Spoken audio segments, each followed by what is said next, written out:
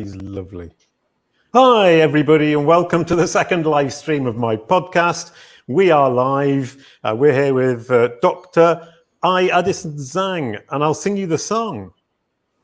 A quick hello to start the show. Welcome to the show, Dr. Ai Zhang.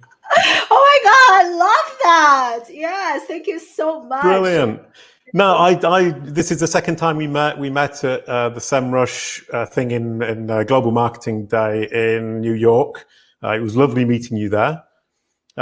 We've exchanged a lot online. You've told me that you're a genius at live streaming, and I'm really keen to learn. I invited you on for the second episode because I thought it would be lovely for me to learn about live streaming whilst live streaming, which is glorious.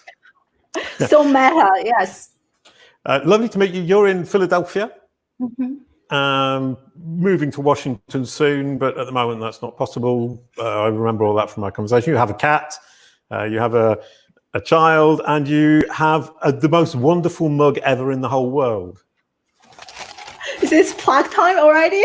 Yeah, brilliant. That's part of the swag that I has, and love it. I absolutely love that mug.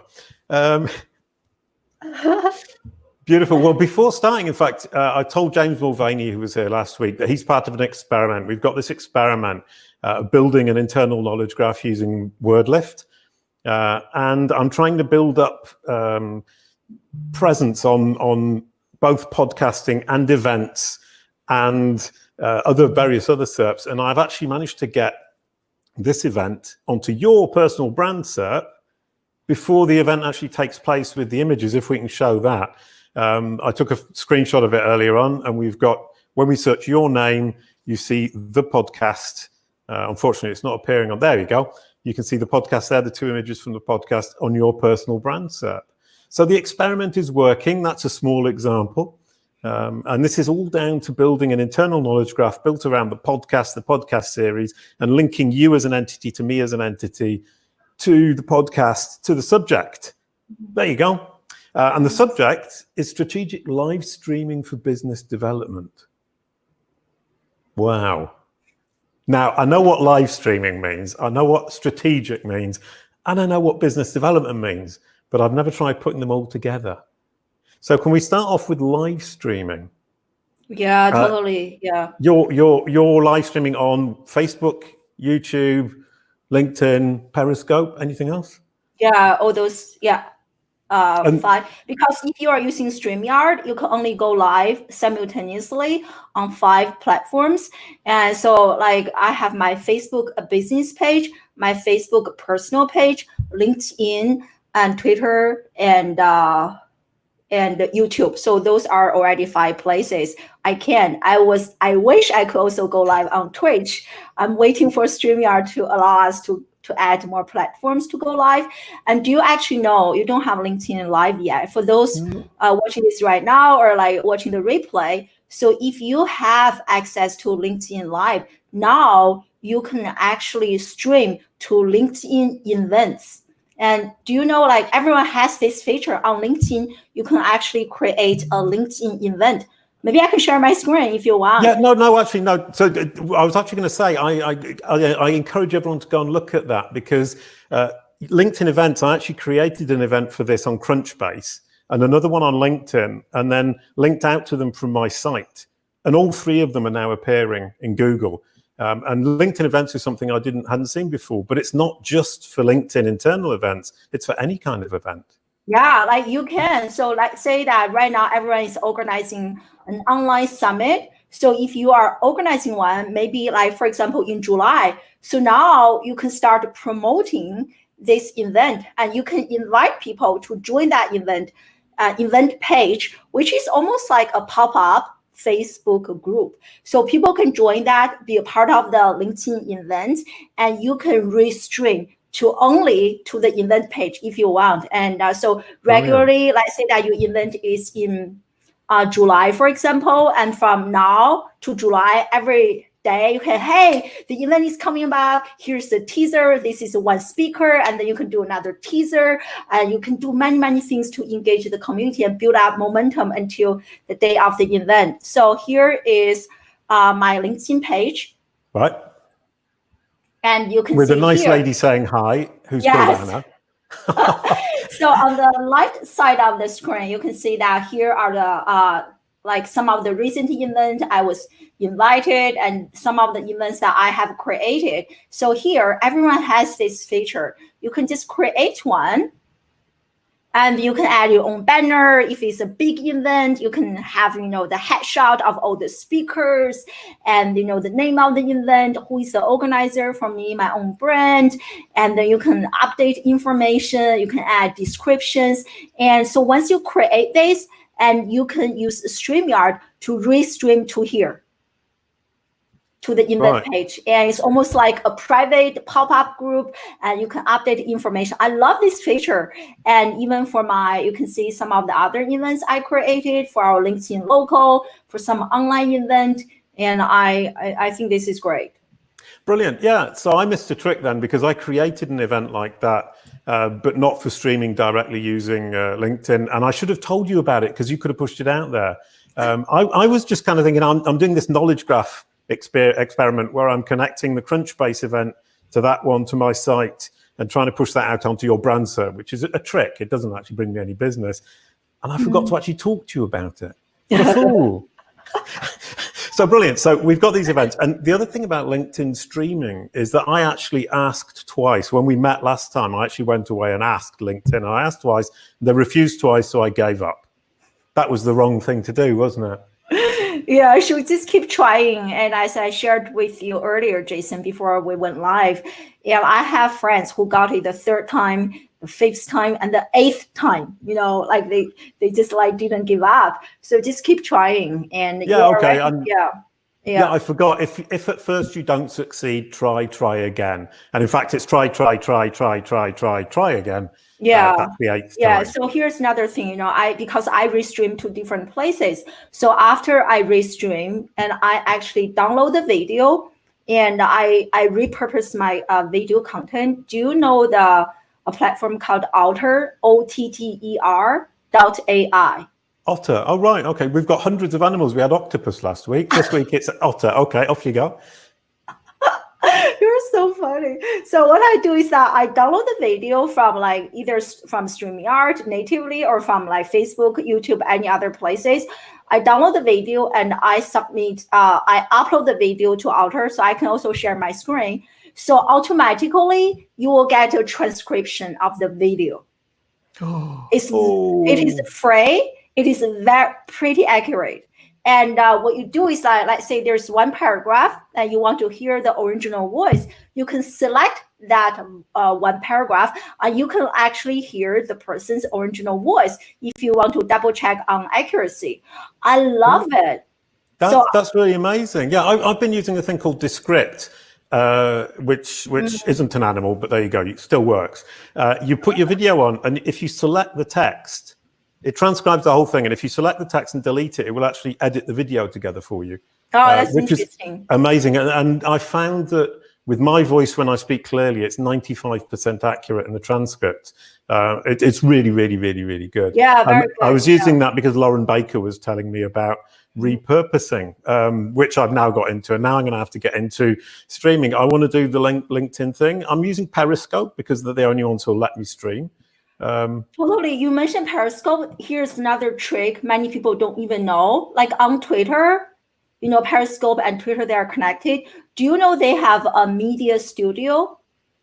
No, I didn't, but now I do. But you're going to tell me about it. What does it have? I'm going to, and this is my $1 billion secret. I mean, many people don't know. It is so powerful. So let me go to Twitter. So if you can allow me to share. All right, while you're doing that, I'm going to tell Greener SEO that I was Descript, DESCRIPT. They misspell it, and I think I spelt it right. I think I spelt their misspelling correctly, which sounds a bit weird. And while you're doing that as well, I'll say hello to people. I've seen that there's SEO Joe blogs and Craig Campbell and Nick Ranger knocking around. Welcome to you and Alessia as well. Thank you for turning up. Makes me feel less lonely. Oh, so that was an insult. I'm sorry. Not lonely. We're together and it's wonderful. Please do show us the studio. Thank you. So now what you see is actually we're on Twitter. This is my Twitter profile. So once you see here, 3 dots, like more. So you click on more and here Media Studio. All right. And so I wondered what it was. I saw it and I just never bothered clicking on so it. click on Media Studio and you will see here on the top, producer. So here, once you go to producer, you will see, because remember I mentioned earlier, I was also live on Periscope. So this is the interview I did last Friday with the godmother of Silicon Valley. She's amazing. She's actually the mom of YouTube. Can you believe it? So I interviewed her. So here, you see here on the right side of the screen, there's a edit in live cut. I love this feature. Can I jump in? Are you about to edit it and post it to Twitter directly, a little clip? Exactly. So that's my dream come true. Exactly. And I have been using this feature for so long and I got it. I think everyone has this.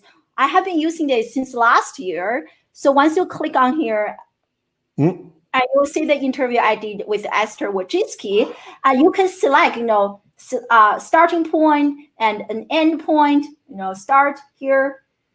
And you can save the clip. You can download the clip. Right? Here's the clip. And you can download this. If you want, download this. You can add caption, add emoji, whatever you want to do. If not, this is good enough. You can you can tweet this out, right? Hey, what is this blah, blah, blah about? And you can also add a call to action. You ask where send people to check out the entire, podcast interview. You can also schedule this. You can tweet this out. It's really powerful. Brilliant. Oh, yeah. No. You see, you're going to see yourself. You're going to see. I'm going to do that with this episode as soon as we finished. I'm going to go and tweet that out. So call to action is I will say, hey, watch the entire video. If you want to send people to your website, so upload the video to your website, and then enter the link here. Then they will go to your website, right? So you can bring more traffic. So I love this. Brilliant. Okay. And then you can literally tweet this out and schedule this. So that is kind of one feature I really enjoy using in terms of repurposing live streaming content for those people like you who are really active on Twitter. Okay. So we've got repurposing in a way to keep content machine fed. Think like a Plains American, Native American, how they used every part of the buffalo, nothing left to waste. Brilliant. But actually you can duplicate the buffalo or bits of the buffalo in this case. And that's what you're doing there. You're taking the best bits of the buffalo, duplicating it and pushing it out there. And Nick Ranger's just pointed out we've got this wonderful flow going. And I'm talking to you, I'm getting a bit overexcited about it. I mean, I've only got YouTube and Periscope. That's already pretty good. And then LinkedIn, I need to keep asking. What can I do in YouTube that I'm not doing yet? Even if you want, you can easily create a Facebook page or business. I don't know if you are on Facebook. Okay. I got hacked and they closed my account and they sent me a very rude email telling me that I will never get it back and that they will never talk to me ever again. Because I emailed them twice and I was really polite. I said, please, could you tell me, could I have the account back? And they went, no, you can't. And please never write to us again because we will never reply. So I don't like them anymore. I personally don't like Facebook that much either, but just for business page, because I don't know if you notice, for those people who love LinkedIn, they never leave LinkedIn. For those who love Twitter, they don't go to other places. For those who love Facebook, it's just that's my territory. I don't want to go to a different place. And here's another hack, because right now because of the API of Instagram, you can't really use any third-party tool to restream to Instagram. But one time I did it, I used another phone. I put the phone here, kind of capture us going live, and I click Instagram live. So I'm also kind of live on Instagram. All right. So how many arms have you got?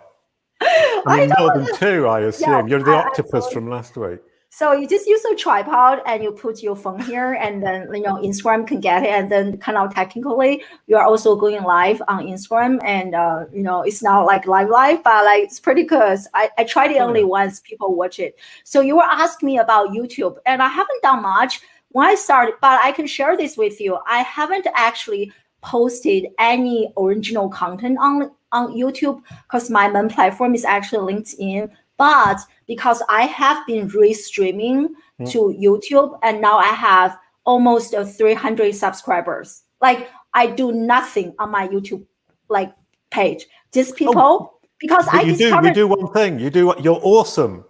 That's what you're doing, and that's why you've got 300 subscribers. Because what I discovered is this, Jason, because on other, like for example, on LinkedIn, I have so much content on LinkedIn. It's very hard for people who are watching this on replay to go to LinkedIn or go to Twitter or go to Facebook to search that specific video. But guess what? On YouTube, it's very clear, it's very clean. They only see video, and I have playlists, and so this is a playlist for my education podcast.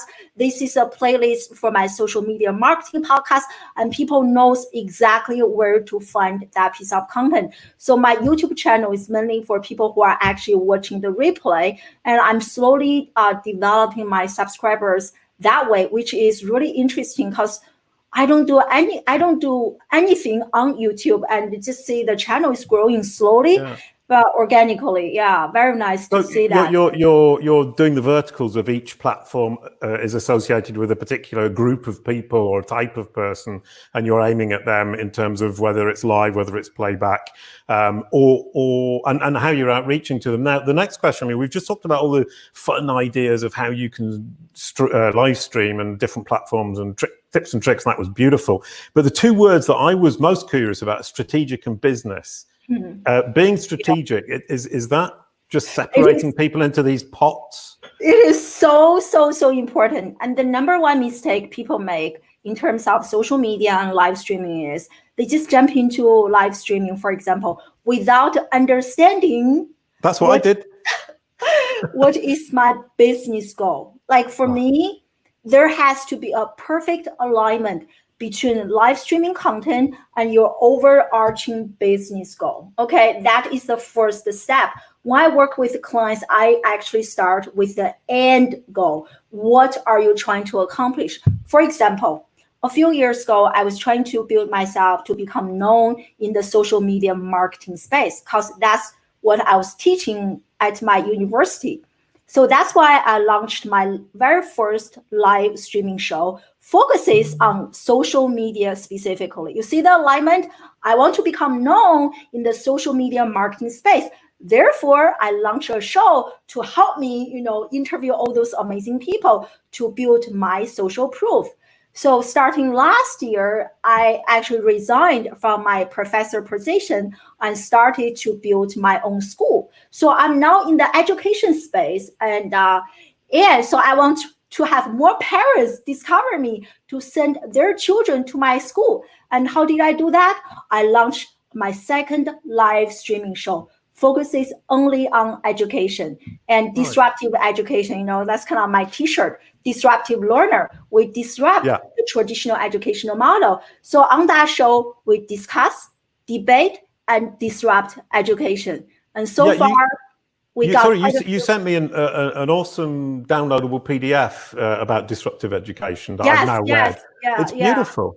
Thank you. And that's another tool I can share with everyone, what I used to create that. But you see how everything's aligned, right? So my business goal right now is that I need to connect with more parents to send their children to my school instead of doing the hardcore promotion. Hey, I have this program, come join. Like people are so tired of that, right? Yeah. So I have another podcast to serve parents. And so all the parents, they have, actually the parents, like the children who are in my program right now, they check out my show for sure. Yeah. And so far, I interviewed quite a few influential figures in kind of the new education space. And that has, again, built my social proof and my credibility, which has definitely helped me run my business. So because starting a live streaming show is hard work. So far, I have about 200 episodes. It is very tough, right? I develop interview questions. I have a 9-step process for my live streaming, like, researching people and developing questions, all those things, and repurposing content. I create a content, like a map, a content calendar map. So I don't have, like, for example, this week we talk about SEO. I don't have another person next week also talk about SEO. So I try to, arrange topic. I mean, it is hard work. Unless this thing is serving my business, otherwise, why do you do it? It is not worth the time or energy.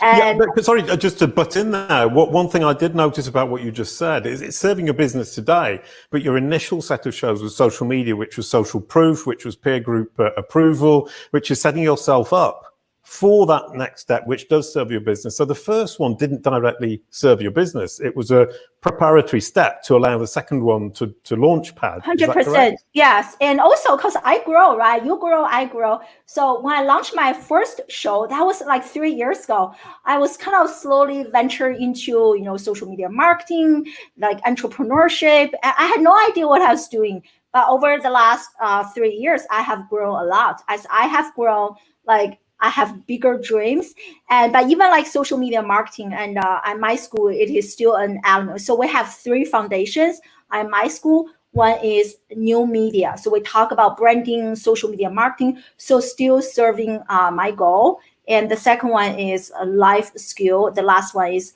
mindset. I can't tell you how much my shows have benefited my business. Well, in fact, sorry, you made 2 points there for me. One of which is I can't tell you how much my show has taught me from talking to other people who are really smart and know their stuff, which is what I'm doing today. And for me, that's exactly it. And I'm still at the stage where my business goals are further down the line. I think I'm still in your first phase. But Nick Ranger just asked a question that I'm very curious about, and that's repurposing and outsourcing. Sorry, you're repurposing, because I have a lot of trouble outsourcing. Do you outsource stuff? And if you do, how do you manage to get it to work? I used to outsource to like VAs in the Philippines. So I definitely do not outsource producing original content because I'm my brand. I know my story the best. I don't want to have anyone to do this part for me because my content is my marketing, is my advertising, is my everything. So in terms of repurposing, I used to have like VAs in the Philippines to help me. But didn't really work out because I guess I have very high expectation. And so some of them, their writing is not that good. And I still have to do lots of editing myself. Yeah. And it just like didn't work out. But for some pieces, for some specific interviews that are really good, I share with you, I just use Otter. So I download the video, I upload to Otter, which means that I already have the entire transcript. And I just kind of copy paste, rearrange, and synthesize the information a little bit. So now I do not repurpose every single live streaming interview. I select a few, and I post them on Medium. Do you know Medium, right? I post them. I wrote one article once and then gave up. Because Medium, they have a partnership program that allows you to be paid, and as you blog on the platform, I have already made some money by blogging on Medium, even though I do not blog regularly. Without being indiscreet, is it enough to pay for a cup of tea, or is it enough to pay for a beer or a meal? Definitely more than that, a few $100s. Yeah, and I used to. And all the money I'm making right now is still from the blog articles I did like 2 years ago. I haven't blogged that much, but if you are really regular and you can do that, you can just upload the video to Otter and download, you get the transcript and rearrange, make it like, raise better, and then, Yeah, okay, well, there you go. Do you hype the post before or use the final product to promote? I mean, what I'm trying to do here, I'm creating my knowledge graph, so I'm not really hyping it. I'm just trying to connect all the dots and communicate it to Google with no particular purpose in mind. I was wondering, should I have been hyping it more? Should I have hyped you last week? I do. And so here's another one I use, which is called Eventable. Do you know this? Nope. This is about the 4th platform you've told me about. I've got no idea. God, I'm sharing all of my like $1 million secret. And I thank you for that. Of course, you're such a different. Can I share my screen? Yes, please do. This is brilliant. I love it. I love it. Can I share my screen? I'm going to do it anyway. Off we go. Brilliant. So this is called, let me go back. So Eventable, I don't know. I think that's how they pronounce it. So I actually use this to hype up my show. And so I used to use the free version, but now I use the paid one. And it's really not that expensive. But the paid one allows you to get people's email. So I have been only using the paid one for only like maybe a few weeks. Look, I already got more than 100 email subscribers. I just download them and upload them to my MailChimp. Oh, and it's like $10 a month. It's really not bad. And especially like I can check out their email and I can see if they missed a specific episode. If I want to be really nice, be more human, I will. Like, for example, hey, I noticed that you actually subscribed to watch this episode, but you didn't join us live. And here is the replay. And they will be like, oh my God, thank you so much. You are so amazing. I don't do it all the time. When I feel like I have some time, I will really add that human touch. I know it's really slow right now, but this is what I do. Like right now, you see here, you can see which episode they actually subscribe to. Brilliant. Okay. I love it. So here you can just easily create a new one. You can mention the title and the time. And the best part of this is they can actually add this to their calendar. Okay. We're not talking about using Facebook to send people reminders because you're not on Facebook. I don't check Facebook. And we're not using any third-party social media platform to send people reminders because I don't like it. So when they do this, you can try this yourself, Jason. I can share the link. You can share the link. No, I've already got it up on screen while you were talking. I've got the second screen. Yeah, I exactly. looked it up. It's Eventable. It looks really easy, and I'm looking at the features. I'm definitely going to do this right after that. You can check out the past events, how many people subscribed, and you can see the analytics. And then people will add this to their calendar. I love that, adding to my calendar because I don't always want to use Facebook or any social media. And you can see how many people subscribe to this. And I just share this link. Sometimes I send the link. Every time I post an event on LinkedIn, I will actually use this link. Hey, use this link. I just social media copy. Hey, use this link to send it to you, save it to your calendar. So that's kind of what I use prior to the show. And maybe about 3 or 4 days earlier, I start to promote that. If you are really ahead of the game. So because right now my calendar is scheduled to August. Maybe this is the part I can easily ask the VA. So I will ask the VA to create all the episodes because I have 2 shows per week. And that means every week I have at least 8 webinars. So I can create all of them. I can share it out. People can just subscribe. What's coming. No, wonderful. In fact, I actually have this planned until August. So I've done the ones for this month, and I was going to do the ones for next month. But you just encouraged me to do it much earlier. I'm going to try and do it next week instead of next month. The earlier the better, and people can put it on their calendar. They can see, okay, I'm interested in this person, and so like on the weeks that I was really ahead of the game, I can see that people actually scheduled up to a few weeks into the future. And I need to be better at this myself. But, now you can use this. Yeah, and you can get people's email. Absolutely perfect. That was wonderful. Now I'm going to run away now because we've done about half an hour, and I think that's a great length for this episode. I'm going to go away and start looking into Facebook, into LinkedIn. I'm going to bully LinkedIn until they let me on, whether they like it or not. I'm going to start using Otter. I'm going to start using the Twitter edity thingy, and I'm going to use Eventable, and I'm set to go to hype before and after and make this a success for my business. Thank you very much, Ai. That's absolutely wonderful. A warm goodbye to end the show. Thank you, Dr. Ai Zhang. Oh my God, this is the best episode, the best interview I have ever been on. Oh, that's the nicest thing anyone's ever said to me. I know. I have been on to at least 100, so I love this. Yeah, thank you for having me. And you wore your special red shirt so that we look like twins. I know. Give or take the hair, obviously. Thank you very much. That was wonderful. Thank you, everyone, for joining us. That was absolutely amazing and wonderful and made me smile. Thank you.